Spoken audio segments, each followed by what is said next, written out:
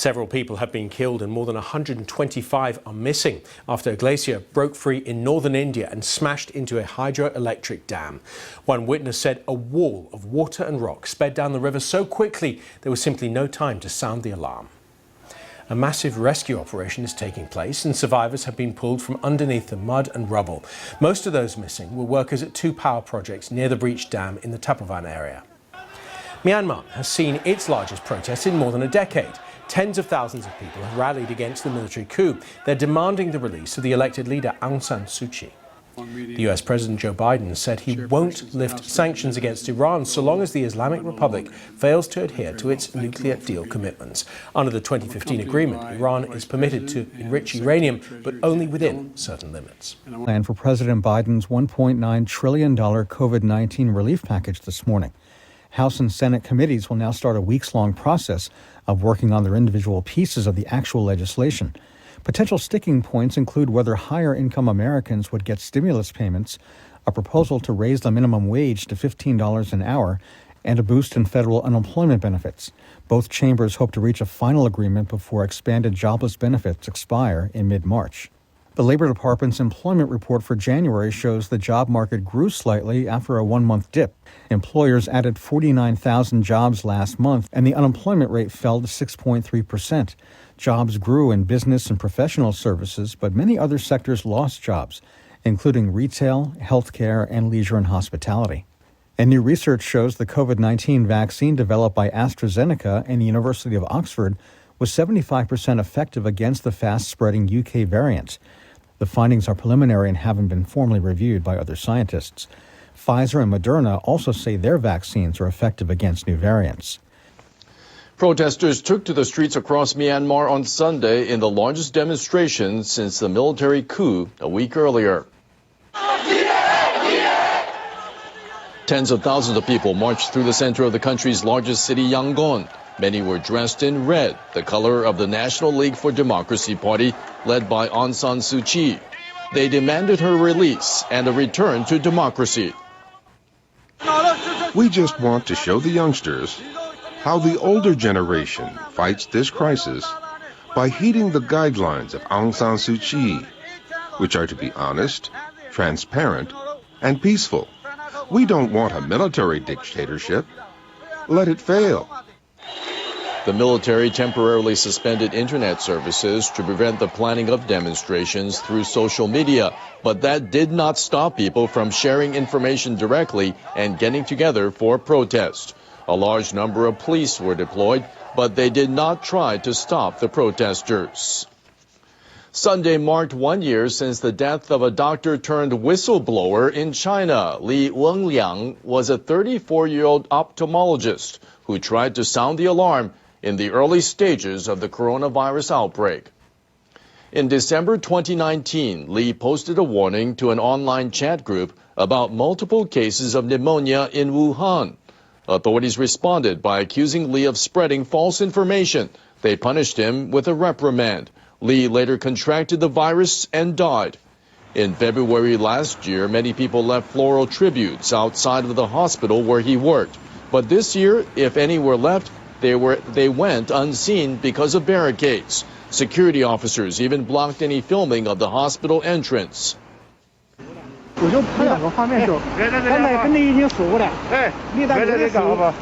Still, some flowers and written messages were able to be placed near the hospital entrance. He was the first person to alert people about the virus. I will never forget this hero of our city, Wuhan.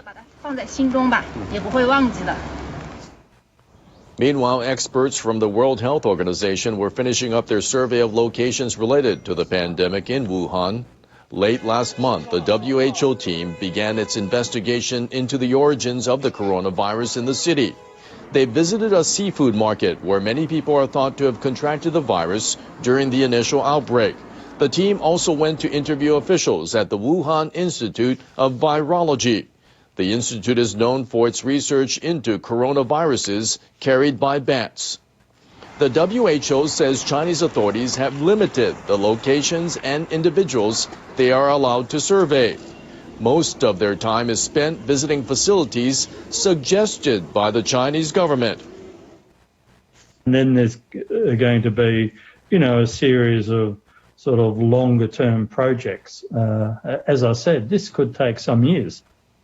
The WHO team is expected to wrap up its investigation and leave China on Wednesday. Now to the coronavirus situation in Japan, where the government is considering if it can end the state of emergency in some areas before March 7th. It's true the number of new cases has fallen from its peak. If the state of emergency continues for too long, it will cause social as well as economic problems. A final decision will be made after considering various factors. Health authorities reported more than 1,600 new cases on Sunday. The number of daily new infections has been on a downward trend across Japan.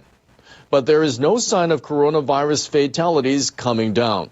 Daily death tolls have remained at high levels since a record 120 were reported on February 3rd. An increasing number of cases are being reported at facilities for elderly people across the nation. More people at high risk of developing serious symptoms are becoming infected.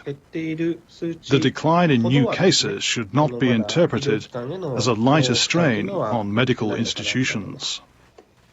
Health ministry officials want the 10 prefectures covered by the state of emergency to carry out intensive virus testing at elderly care homes. February 7th is Northern Territories Day. Japanese Prime Minister Suga Yoshihide sent a video message on Sunday to a national rally demanding the return of 4 Russian-held islands. This year's event was held online because of the coronavirus outbreak. It's regrettable the issue has not been settled, and a peace treaty with Russia has not been concluded 75 years after World War II ended. I will continue to negotiate with Russia based on the agreements that have been reached to date to resolve the territorial issue. Northern Territories Day marks the day a Japan-Russia treaty recognizing the islands as belonging to Japan was signed in 1855.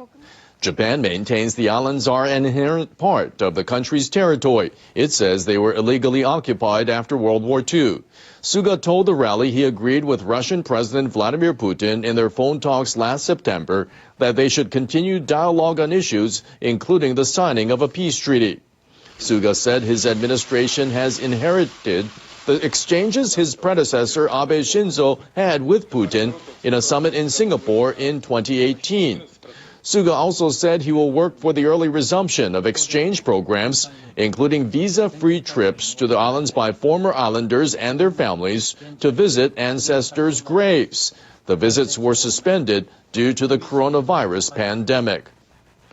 North Korea is scheduled to hold a plenary session of the Central Committee of the ruling party early this month to clarify plans for this year.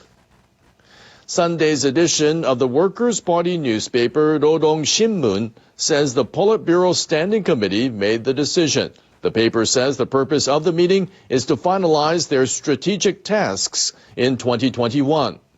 South Korea's Yonhap news agency says defense and the economy could be at the top of the agenda, as was the case with the party convention last month.